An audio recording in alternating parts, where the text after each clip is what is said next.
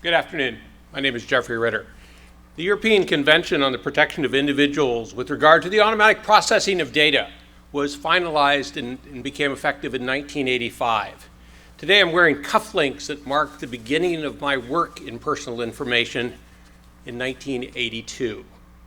Yet this is the first time that I've talked publicly about privacy as an issue. See, as I grow older, I get more impatient with our inability to bring stability to the issues of personal information. And so this afternoon, in the time that I have, I want to make a modest but perhaps provocative proposition, leveraging some ideas that are going to be in a book that will come out later this year that I've been working on for the last 2 years. My suggestion is this: privacy is not moral, philosophical, or political. It is merely a label being attached to something we have never witnessed as a global society: the emergence and formation of a marketplace in which personal information is a new kind of property. That's a concept that, well, to present it, I actually want to step away from anything digital. Every transaction is a barter. One party has something the other party wants, and vice versa. But with computing, what we've seen emerge is a new kind of property that is inherent in every barter transaction, and that is the data. I buy and sell at the grocery store, but I use my debit card. Now data is part of the barter. And this economy of personal information is now present.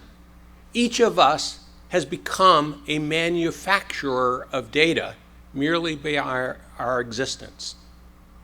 And so what I think is the fundamental failure at a global level with our discussions of privacy is that we're simply not looking at this as an asset and as a commercial transaction.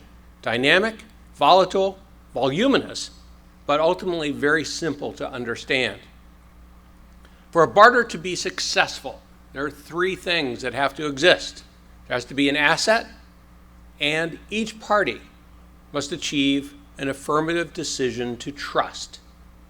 The buyer never acquires an asset if they do not trust that it will be, in fact, successful in doing the work for which it's being acquired. But another aspect of the buyer's trust decision is that the buyer's consideration, be it money or data, will be used as it is intended. Now, we don't really care when it's cash, but when it's personal data, we do have a concern. How can we trust the party that's collecting the information, that's filtering the information, that's processing the information to perform as intended? So for the last several years, I've considered this the one grand challenge that hasn't been addressed. How do we build digital trust? 3 principles that I can share with you and apply to privacy as an introduction to how simple and how hard the answer is. First, trust is not an emotion. It's actually the outcome of very deliberative decision that each of us makes in determining whether to use and rely upon what we are deciding to trust.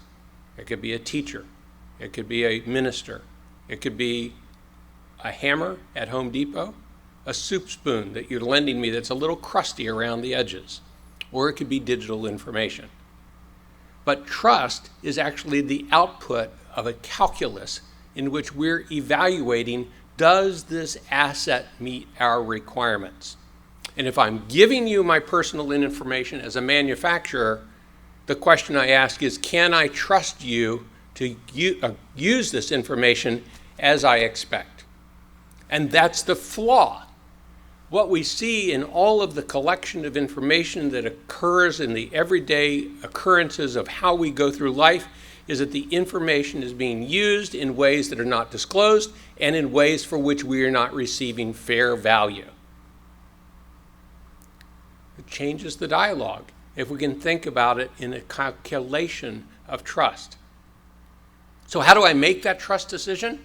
Well, I take the target that I'm evaluating. Actually, you can call it that, a trust decision target. And I compare it to a set of criteria.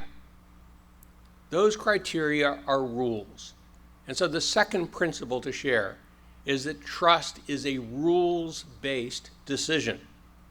Our problem in privacy as a marketplace for personal information is that we simply have struggled because of the size, the complexity of the community, of the society, of the data, and the diversity of solutions. We've struggled to be able to identify the rules with which we can evaluate whether we can trust the recipient of our personal information.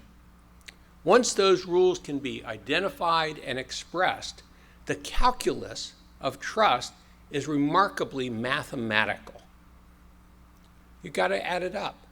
If the pluses and minuses do not create a positive outcome, that you have confidence the recipient of data will behave as intended, then to give them the data is to guess as to what they will do with it, as opposed to have confidence in the outcome.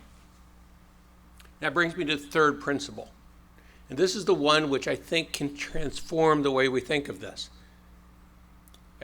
Archimedes came up with this in his bathtub, and I can actually tell you, I was standing in the shower when I stood out, dripping naked, and shouted down the stairs to my wife, I figured this out.